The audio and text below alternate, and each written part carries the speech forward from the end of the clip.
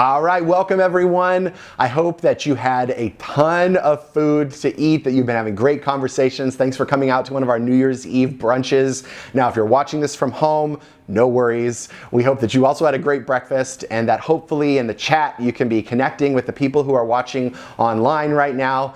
But we are excited because today is the day. Today is the big day, New Year's Eve. We are saying goodbye to 2023, and tomorrow we'll be saying hello to 2024. Now, I know that some of you today, you are looking back at 2023 with a lot of gratitude, and you're thinking, man, this was my year. So many beautiful things happened. Maybe you got a new job. Maybe there were successes that took place. Maybe your relationships found healing and wholeness and health. Maybe you made some really healthy decisions in your life. 2023 for some of you is going to be your year. And so you're looking back on this year with fondness. Now, I know some of you are looking back at 2023 and you are so excited to be done with this. In fact, midnight cannot strike faster. And you look back on 2023 and you see all the heartbreak and all the struggle and all of the failures, and you are ready to be done. Now, wherever you're at, that's fine. And these are one of those powerful moments in life where we get a fresh start, where we get to say, all right, what's next? Where we pause and say, thank you for what has been. Now let's look to the future of what's coming, what I'm up to, what I'm committed to, and leaning into that. Now, there's a myth that oftentimes comes with New Year's Eve celebrations, and that is that in life we actually get do-overs. The fact of the matter is that very rarely, if ever, do we as human beings get do-overs. That all of our past, it comes with us. Now, it doesn't have to determine who we are and where we're going, but we don't actually get a clean slate. Wouldn't it be nice to wake up tomorrow and just find out that all your credit card debt was wiped clean, that your mortgage was wiped clean, that all the mistakes you've made in your past relationships were forgiven and people forgot and you get to move forward fresh? It would be nice. It's fantasy. We don't actually get that. And at the same time, every single one of us needs moments where we get a fresh start, where we get to say, hey, I know that I don't get to completely wipe the slate clean, but I get to reimagine what the future is going to look like. I get to pause and say, from now on, what am I committed to have happen in my life? Who am I committed to be? How am I committed to relate to God and others? And what am I going to give myself to? And that's what this moment is. New Year's Eve is an opportunity for a fresh start, for new perspective, for new mindsets, for new ways of relating to ourselves and to the world around us. So I want to bring us into this passage in the scriptures where God is talking to his people, the Israelites. And he's asking them to remember all of the ways that he's shown up for them. He's asking them to remember all the victories that he has given them. He's asking them to remember all the times he's been faithful in providing resources. He's asking them to remember all the times where they thought they were lost, captured, taken over by another nation, and God showed up and he showed off every single time. And he's saying, remember all of the incredible things that I have done for you. So he invites them into this season of remembering. And even today is a bit of remembering, right? I'm sure that some of you have already reflected on this last year, thought about the lessons that you've learned, the things that you're going to take with you, the things that you're going to leave behind. It's an opportunity to remember. But in this exact same passage in Isaiah 43, starting in verse 18, after God has just asked them to remember all the ways that he has shown up, he says this to them: forget the former things. Do not dwell on the past. See, I am doing a new thing. Now it springs up. Do you not perceive it? I am making a way in the wilderness and streams in the wasteland. This is one of those passages that I read and I always go, what? You just spent so much time inviting the Israelites into remembering all the ways that I've shown up, remember the ways I've been faithful, remember the ways that I've been victorious. And then he says, forget all of them. He says, release all of them. You don't need those moving forwards. Forget the former things. Do not dwell on the past. There's a new thing that I'm doing. Can you not see it? And he invites them into this future thinking that is disconnected from everything that he has done. Now, why would he call them to remember and then say to forget? Because here's the reality, is that all of the failures from your past, as well as all of your successes, are actually completely irrelevant for what God is wanting to do in you and through you and around you in this new season. That they actually have nothing to do with the new thing that he is wanting to birth in us and through us and around us. I know we think they do. I know we look at our past and our failures and we think, well, because of that, this is what's possible or not possible for me. I know we look at our successes and the things that we have achieved in this last season and say, because of that, this is what's possible or not possible moving forward. But the fact is that when God says, I'm wanting to do something new, new is disconnected from anything that has been. In fact, when we attempt to step into the future while holding on to both our failures and our success from the past, they now become liabilities. They're no longer assets to us.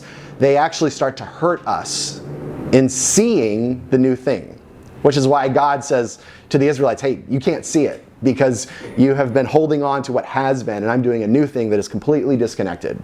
My boys try to invite me into this way of thinking all the time. I mean, just the other day at the dinner table, I told them, hey, you guys need to eat your green beans if you're going to have dessert after dinner. To which one of them replied, oh, don't worry, I ate my vegetables yesterday. And I love that he was celebrating his success yesterday of eating his vegetables, but that was completely irrelevant for the nutrition that he needed in this moment. That was completely irrelevant for what I was asking him to step into right here and now. And in the same way, we have a tendency to hold on to what has been, and it blinds us from seeing the new thing that is completely disconnected from anything that has been, that God is wanting to do in us. I talk to people all the time that share with me beautiful stories of what God has done in their life. And they're actually really inspiring and powerful and potent. And I think, man, it's such a blessing to hear how God has shown up in and through their lives. But there are some people when I ask, hey, how long ago did that happen? Like, when was it that God actually showed up for you in that way? And so many times it's, oh, it was 5 years ago. It was 10 years ago. It was 20 years ago. And not that we shouldn't be grateful for what God has done 5, 10, 15, 20 years ago. There's a story in that. There's a narrative in that God is certainly telling. But I wonder for how many of us we are excited about the things that God did 5, 10, 20 years ago, and we forget that there's a new, beautiful thing that He's wanting to do here and now, because we're relying on yesterday's blessings to get us through what God is wanting to do today. See, some of you may actually fall into the trap of holding on to the blessings and the faithfulness of God yesterday, and that may be blinding you from the new thing that He is wanting to do today. See, God has called us to move from glory to glory. That there's not like oh, I've arrived at glory and now I'm good. In fact, some of us hit a level of glory that God has called us into. He's elevated our lives. He's redeemed us from an addiction, or He's brought us out of a space of anxiety or depression, or He has shown up victorious in a circumstance or situation that feels overwhelming. And we think, oh, this is now the level of glory that I'm supposed to camp out at. And camping out at that glory actually prevents you from getting to the next glory that God is calling you into. See, if we are called to move from glory to glory to glory, then we can't just camp out at what God has done and call it good. We get to now ask God, will you show me the next thing that He is calling me into? Now, this doesn't mean that we don't pause and we don't celebrate. I love having a moment of victory, a victory lap, and saying, yeah, look what God has done. Look how He's shown up. Look at the beauty that He's created in my life. Look at the miracles that He's done. We have to have those moments. And after the gratitude and the celebration and the victory, we then get to say, God, what's the new thing that you're doing? And would you give me the eyes to see it? Now, on the flip side, there are those who only dwell on their failure. They only dwell on their breakdowns. They only dwell on the things that aren't working in life. Have you ever met someone when you ask them how they're doing, and if they say fine, it's a shock? Because almost every single time that you ask them how they're doing, it's, well, let me read you the list of things that are going wrong in my body or in my finances or in my relationships or in my workplace. Maybe you are one of those people. But it's easy to get stuck in all of the things that aren't working and the breakdowns. And look, maybe that isn't you. Maybe you're not someone who's chronically in complaint, but maybe 2023 dealt you some blows. Maybe you're limping out of 2023 and you're looking back at this year and you're thinking, man, there were more failures than there were successes. There were more moments where I feel like I fell apart than I was put back together. There were more moments where it seemed like life was dark than the light that I saw available in those moments. And for some of you, you may have allowed those moments to define who you are. And rather than them being moments in the past, they've become identity statements of now I am a failure, or I am now broken, or I am irredeemable. And maybe when you look out at your life, you're looking out at life through the lens of failures and mistakes and setbacks. And whenever we do that, it leads to all kinds of judgment and comparison and envy, and it will eventually lead us to a space of complete despair when our failures become an identity of who we are. And we've been talking about joy over the last Christmas season. Let me just tell you, nothing kills joy faster than failure becoming an identity of who you are, not an event that has taken place in your past. And why would we do this? I've been there so many times. Why would we allow our failures to become an identity statement, to define who we are, to even define what's possible? See, I know for me that when I find myself defining myself by my failures, defining myself by my breakdowns from the past, defining myself by the setbacks, it is the perfect excuse to not have to go again. It's the perfect excuse to not try. Because if I try, I'm just going to be disappointed again. If I go give myself, I'm just going to be let down again. That if I go and I engage the calling or the assignment that's on my life, I'm just going to fail one more time. And so it's the perfect excuse to avoid the pain of potential failure rather than step into the fullness that God has called me into. And so this is one of the reasons why God says, forget all of it. Forget all the successes. Forget all the failure. They are irrelevant to the new thing that I am wanting to do.